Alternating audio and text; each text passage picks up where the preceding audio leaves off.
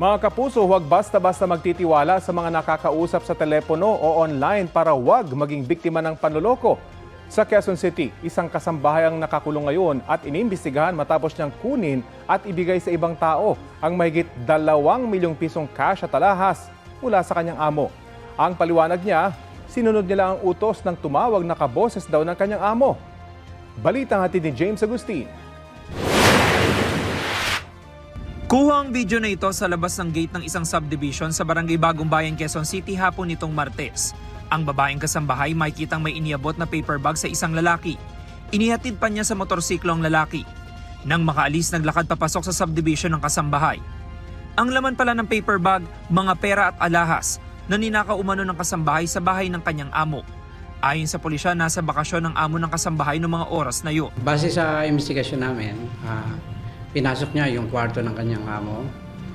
Dinistrang kanya yung mga drawers kung saan doon niya kinuha yung mga pera at alahas. Pinipigilan siya na huwag gawin yun. At ang ginawa niya, nag-lock siya ng pinto. Hanggang sa yung isang kasambahay niya bumalik muna sa kwarto nila. Na lingid sa kanya, lumabas pala itong suspect. Nadala na yung mga alahas at naibigay na doon sa lalaking nag-aantay sa labas ng subdivision. Pagbalik sa bahay, tinangka pa umanong kunin ng sospek ang iba pang alahas, pero napigilan na siya ng isa pang kasambahay. Doon na tinawagan ng kanilang amo na agad nakipag-ugnayan sa pulisya. Arestado ang 31 anyo sa sospek. Kabilang sa mga ninakaw ang mahigit 1 million pesos na cash, iba't ibang alahas, gaya ng hikaw at kwintas, na nagkakahalaga na mahigit 1.4 million pesos. Lumalabas sa investigasyon namin, inilagay niya ito sa isang plastic bag at kinubera niya ito ng mga pagkain. Ang sabi niya, para kung sakaling masita siya ng mga gwardiya, hindi mapansin yung mga alahas na dala niya, tsaka yung pera. 2016, doon na siya nagtatrabaho, pero pabalik-balik siya.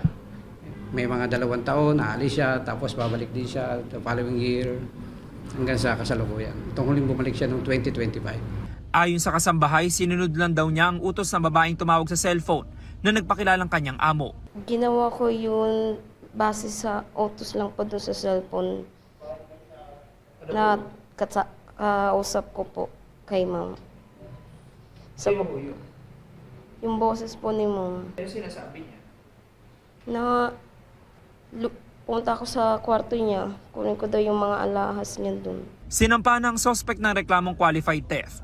Nagsasagawa ng follow-up operation ng pulisya para matukoy ang pagkakakilanlan ng lalaking pinag-abutan ng paper bag. James Agustin, nagbabalita para sa GMA News.